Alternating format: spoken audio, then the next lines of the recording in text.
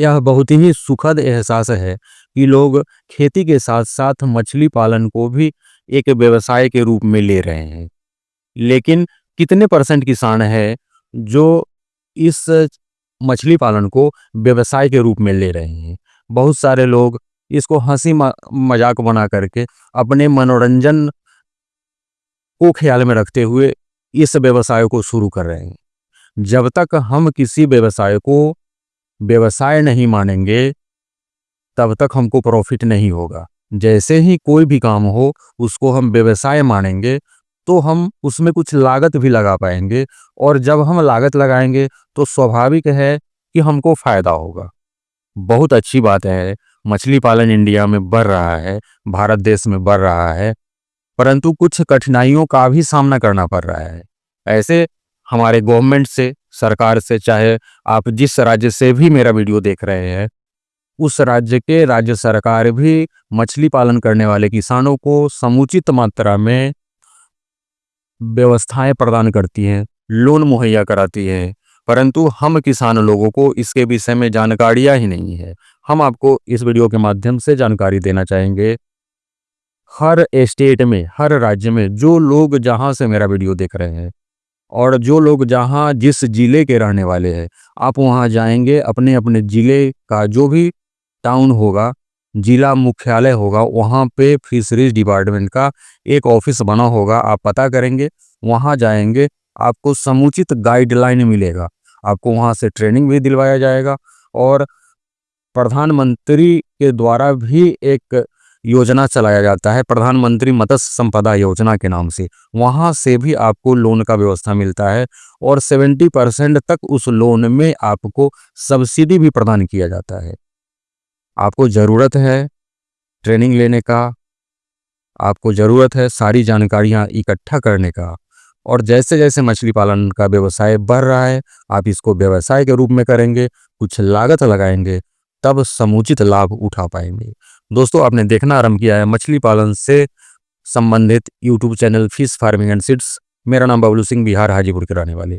कोलकाता का निहाटी वह जगह है जहाँ हमारा मछली के बच्चे का काम होता है। अब आज ही अनेकों लोगों के लिए, यूपी में कुछ लोगों के लिए, जैसे यूपी के हमारे रहने वाले 2 आदमी बनारस जंक्शन, एक अखिलेश सिंह जी बनारस के रहने वाले, एक आनंद चौहान जी बनारस के ही रहने वाले, दोनों लोगों के लिए हम बच्चा भेजे हैं।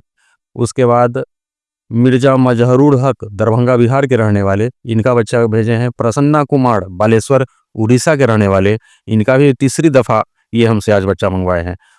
उसके बाद निरंजन कुमार, ये कटिहार बिहार के रहने वाले। इस फहरिस्त में 15-20 लोग शामिल हैं जिनका बच्चा हम आज भेजे हैं। आपको भी अगर उत्तम क्वालिटी के मछली के बच्चे चाहिए होगा तो स्क्रीन पर जो नंबर दिखाई दे रहा है, उस नंबर पे कॉल करके आप बच्चे का ऑर्डर कर सकते हैं। हमको पता है अभी गर्मी काफ़ी बढ़ा हुआ है, चरम पर, आप बताइए कि चरम पे गर्मी चल रहा है, टेम्परेचर 42 डिग्री 45 डिग्री इस तरह का आ रहा है। बहुत सारे किसानों के तालाब में पानी जल्दी जल्दी सूख जा रहा है। आप यह भी ध्यान देंगे कि ज़्यादा पानी नहीं सूखे, आप अपने तालाब में पानी डलवाने का व्यवस्था करेंगे। जब आपके तालाब में पानी का कमी होगा तो ऑक्सीजन का भी कमी दिखाई देने लगेगा। अमूमन ऐसा होता है कि जब तालाब में अमोनिया बना रहता है, आकाश में बादल लगते हैं, तब ऑक्सीजन की कमी होती है। परंतु अभी का जो सिचुएशन है, तालाब में पानी कम होने की वजह से मछलियाँ ऊपर आ जा रही हैं। यानी तालाब में पानी कम है तो वहाँ भी ऑक्सीजन कम होने का आपको सामना करना पड़ रहा है। तो तालाब में पानी डालते रहें, सुबह में तालाब पर जाकर के मछलियों को देखते रहें कि मछली आपकी ऊपर तो नहीं आ रही है। साथ ही साथ बरसात भी आने वाला है, अगर आपके भी तालाब में अभी तक पानी नहीं है, बरसात का पानी आएगा, बच्चे मंगाने के लिए दिए हुए नंबर पे आप कॉल करेंगे। दूसरा, जो लोग अपने तालाब में बच्चे डाले हुए हैं, अभी गर्मी का सीजन चल रहा है, मछली का ग्रोथ होने का सबसे सर्वोत्तम समय यही है।